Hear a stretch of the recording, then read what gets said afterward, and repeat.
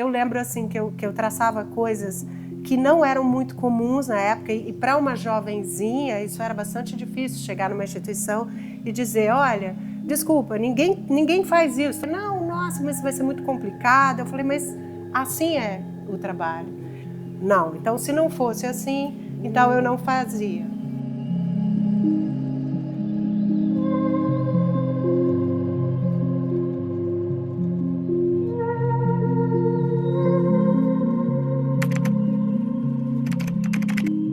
Você mencionou esse trabalho que para mim foi bastante importante, que foi a vaca, né, que eu coloquei na Praia de Ipanema. Foi em 1994, na verdade, há 30 anos atrás. Desde então, esse trabalho passou a ser um balizador das ideias que eu estava começando a burilar na minha cabeça, que era pensar como trabalhar com o vivo, as coisas vivas, né, o ser vivo, como você vai construir uma imagem com algo vivo, né? Como ela se constrói, como você controla essa imagem. E eu lembro que na época as pessoas achavam muito que isso era partidário da ideia de performance. Mas o que eu estava mais interessada é imaginar isso como matéria, né? Mas como que você tem a ideia? Qual que é o ponto de partida?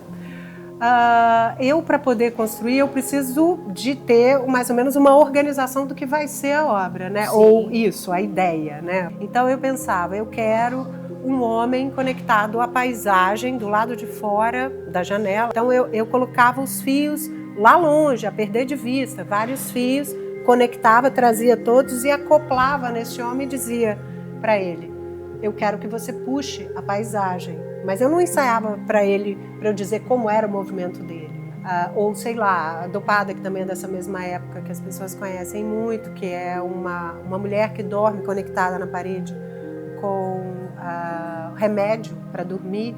E nada disso era também feito com ensaio. Acaba tendo também essa liberdade daquele que faz o gesto. O que é mais interessante nisso, que talvez esteja chamando de liberdade, é sim, cada corpo como uma pessoa, né? Ela vai ser de um jeito. Talvez quando eu comecei, eu me interessei mais para ir para um lado, né, que era a coisa da filosofia, do que necessariamente ir para uma escola de arte. Então, assim, eu acho que de cara eu já fui fazendo coisas que não eram bem, digamos, o certinho dentro do vidrinho, né? Que não, eu vou colocar uma coisa na parede, né? Às vezes até quando eu vou colocar uma coisa na parede, que pode ser que venha ficar na parede, às vezes eu vou arranjar uma prosopopeia toda para poder montar aquilo, que é, por exemplo, construir uma alfaiataria. Eu inaugurei a exposição, ela vazia, completamente vazia, e no fundo se andava, tinha uma oficina de alfaiates. Então, à medida que essa exposição tomava seu lugar nesses 3 meses, você ia vendo as pessoas virem com o carrinho e encaixando os retratos prontos. Eles iam montando para o público ver.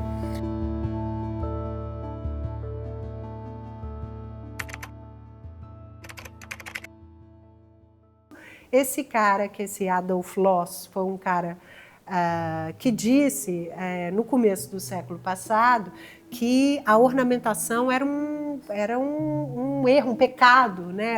Era uma coisa que não se podia fazer.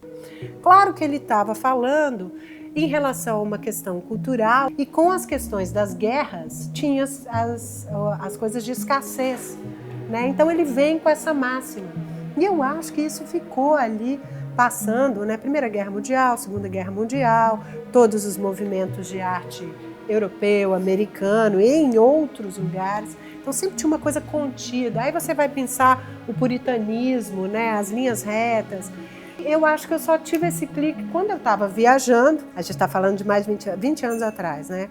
E aí eu me desloco para uma residência na China pelo Gasworks, que era a primeira vez que uma turma de artistas de várias partes do mundo iam para a China, num projeto do Gasworks, e a gente ficou 20 e tantos dias lá, numa cidade chamada Lijiang, e foi aí que eu olhei aquelas ornamentações. Quer dizer, em que parte do texto que você não percebeu que existir é diferente, que você não precisa, com o seu trabalho de arte, seguir padrões, né, para poder se certeza, fazer com certeza. entendido, né, se fazer entender. Muito obrigada. Eu que agradeço. Obrigada pelo tempo, pelo espaço.